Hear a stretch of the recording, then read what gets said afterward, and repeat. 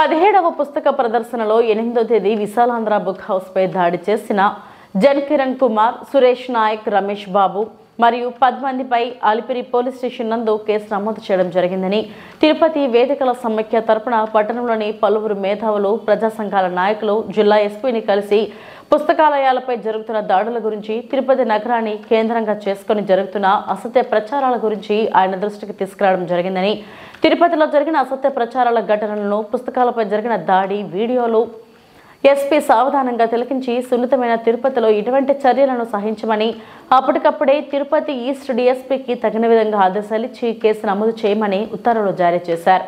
ఆ మేరకు ఐక్యవేదిక నాయకులు తిరుపతిలో జరిగిన ఘటనలను వివరించారు.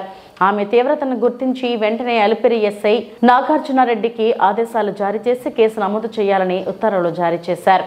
ఆ మేరకు బాధితులైన విశాలాంధ్ర బుక్ హౌస్ సి శంకరయ్యని విచారించి కేసు నమోదు చేయడం జరిగిందని, సమస్యపై చొరవ తీసుకుని వెంటనే స్పందించిన ఎస్పీకి ధన్యవాదాలు తెలియజేశారు. ఈ కార్యక్రమంలో ఐక్యవేదిక నాయకులు పి అంజయ్య, రాఘవ, వాక ప్రసాద్, పరమేశ్వర్, ఓ వెంకటరమణ తదితరులు పాల్గొన్నారు.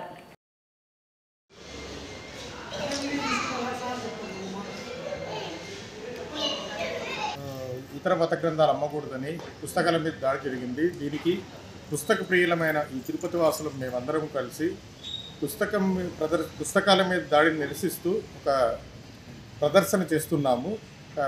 దాడిని ఖండిస్తూ దీన్ని చూసిన ప్రజలందరూ, తిరుపతి పుర ప్రజలందరూ, పుస్తక ప్రియులు, మేధావులు అందరూ తప్పనిసరిగా ఈ ప్రదర్శనలో పాల్గొని జయప్రదం చేయవలసిందిగా అందరినీ ఆహ్వానిస్తున్నాం. బాలాజీ కాలనీ పూలే విగ్రహం దగ్గర నుంచి 4 కాళ్ల మండపం వరకు రేపు అంటే 11వ తేదీ సాయంత్రం 4:30 గంటలకు ప్రారంభమవుతుంది. మీ ప్రదర్శనకు వచ్చేవాళ్ళు వారికి ఇష్టమైన ఒక పుస్తకాన్ని తీసుకురావాల్సిందిగా ఆ పుస్తకం పట్టుకొని శాంతియుత ప్రదర్శన చేద్దామని నిర్ణయించడమైనది. మీ అందరి సహకారం కోరుతున్నాం. తప్పనిసరిగా అందరూ రావాలని విజ్ఞప్తి.